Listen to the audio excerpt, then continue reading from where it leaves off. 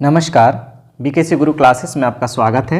आज हम पढ़ेंगे कक्षा 11वीं राजनीति शास्त्र की पाठ्य पुस्तक का अध्याय 3 प्रश्न बैंक हल।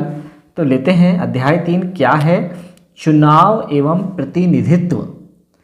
चुनाव एवं प्रतिनिधित्व, तो उसमें निर्वाचन आयोग क्या है सबसे पहले हम ये जान लें।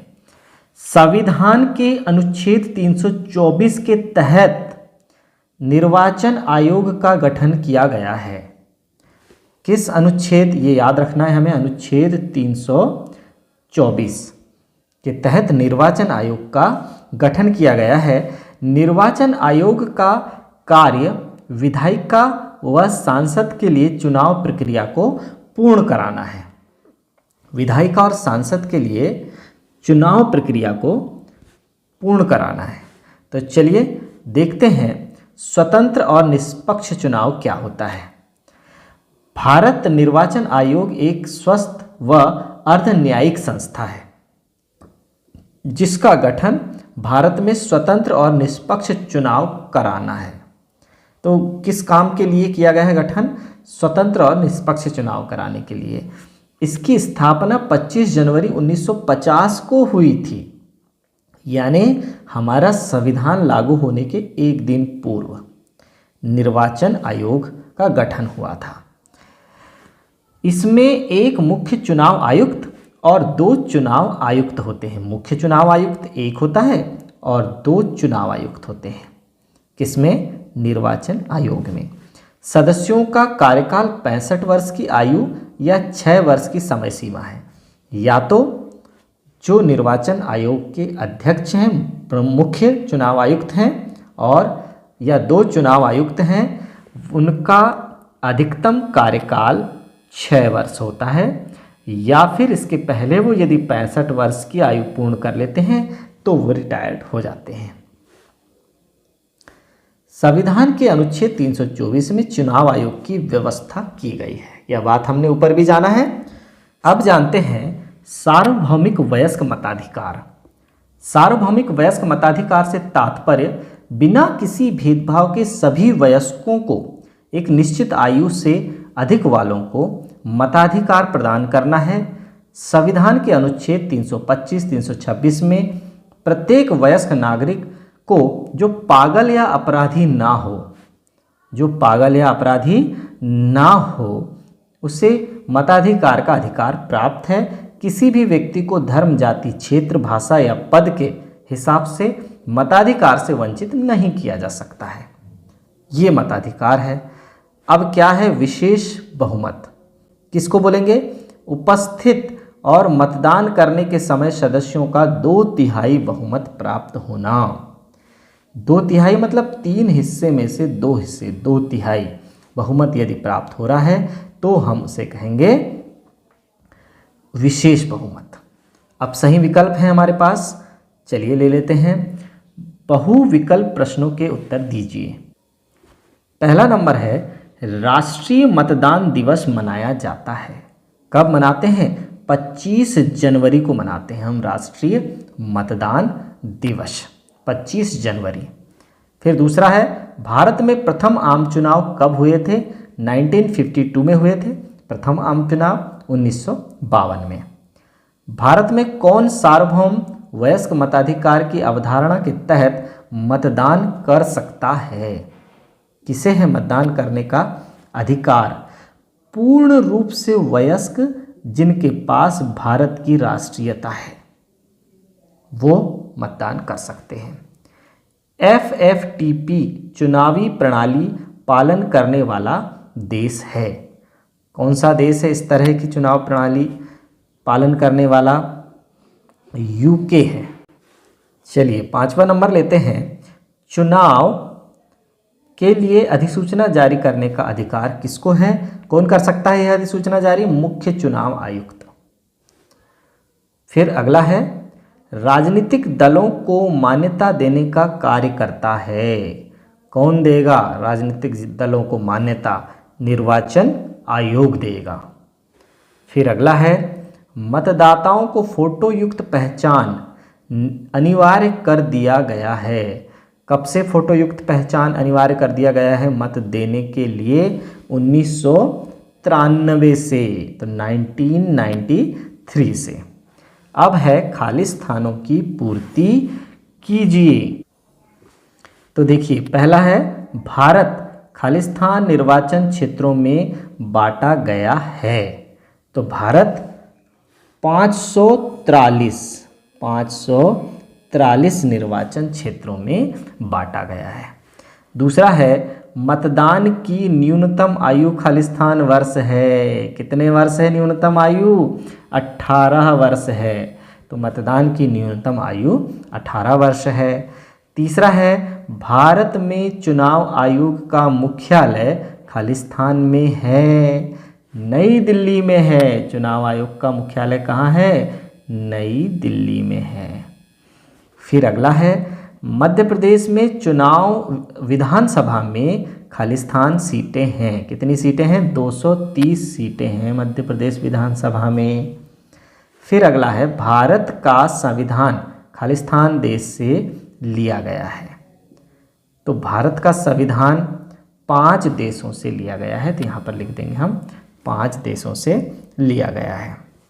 अगला है निर्वाचन आयोग का गठन अनुच्छेद खालिस्तान में है। अभी हमने देखा अनुच्छेद 324 में निर्वाचन आयोग का गठन है। फिर है राजनीतिक दलों को चुनाव चिन्ह खालिस्तान प्रदान करता है। कौन करता है? चुनाव आयोग। तो यहाँ हम लिख देंगे चुनाव आयोग राजनीतिक दलों को चुनाव चिन्ह प्रदान करता है। अब हम बनाते हैं सही जोड़ी। सबसे पहले है वयस्क मतदाता। वयस्क मतदाता 18 वर्ष से अधिक आयु वाला मतदाता क्या कहलाएगा? वयस्क मतदाता। फिर नगर पालिका। नगर पालिका का संबंध किससे है? स्थानीय निकाय है यह एक। नगर पालिका एक स्थानीय निकाय है। फिर अगला है ग्राम पंचायत। ग्राम पंचायत क्या है? एक ग्रामीण क्षेत्र को हम क्या बोल देते हैं? ग्राम पंचायत कह देते हैं, ग्रामीण क्षेत्र को। फिर आगे है लोकतंत्र। लोकतंत्र का संबंध किससे है? भारत से है। तो लोकतंत्र को मिला देंगे हम भारत। चुनाव की विधियां। चुनाव की विधियां को हम किससे मिला देंगे? समानुपातिक प्रतिनिधित्व, तो इससे हम मिला देंगे। और फिर अंतिम है सुकुमार सेन, भारत का प्रथम चुनाव आयुक्त। कौन थे? सुकुमार सेन।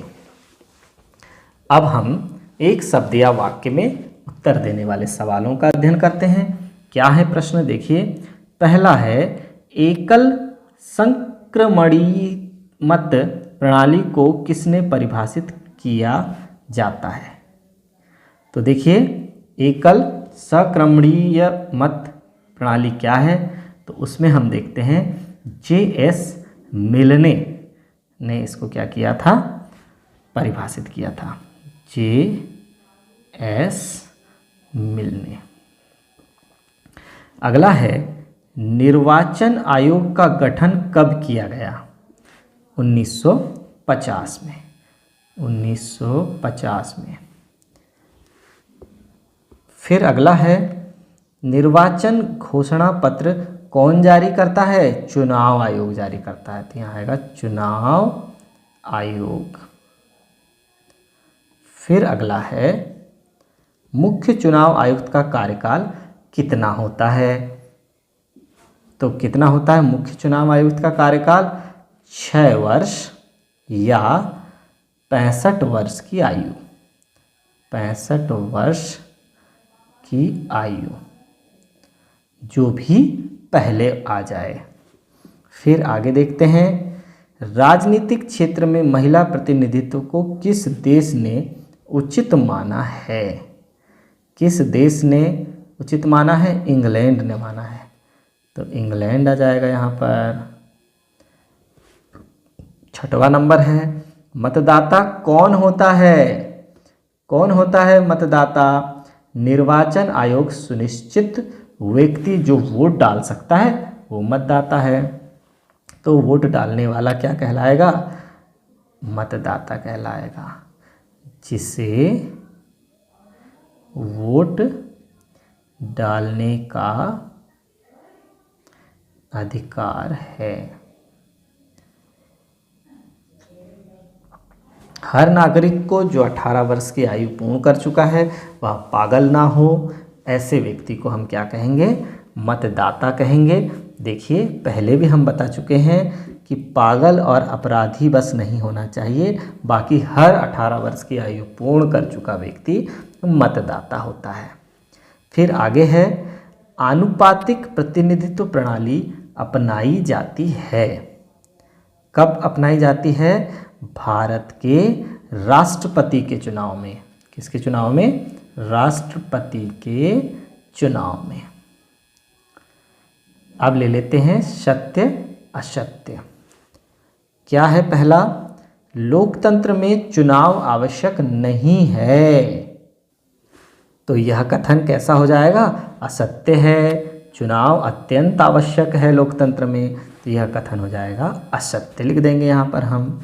दूसरा है, चुनाव और प्रतिनिधित्व में संवैधानिक प्रावधानों का अध्ययन किया जाता है, यह कथन सत्य है।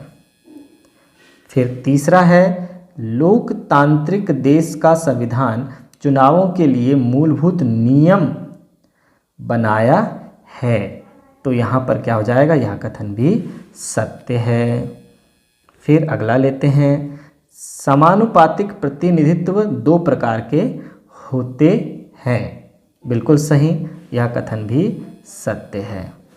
फिर आगे 5वां नंबर लेते हैं, ब्रिटिश सरकार ने पृथक निर्वाचन मंडल की शुरुआत की थी, यह कथन भी सत्य है। फिर 6वां है, भारत में मताधिकार की आयु 18 वर्ष है, बिल्कुल सही, यह कथन भी सत्य है। और अंतिम लेते हैं, मुख्य चुनाव आयुक्त का कार्यकाल 6 वर्ष या 65 साल होता है, बिल्कुल यह कथन भी सत्य है। तो बच्चों, आज का यह चैप्टर यही समाप्त होता है। धन्यवाद।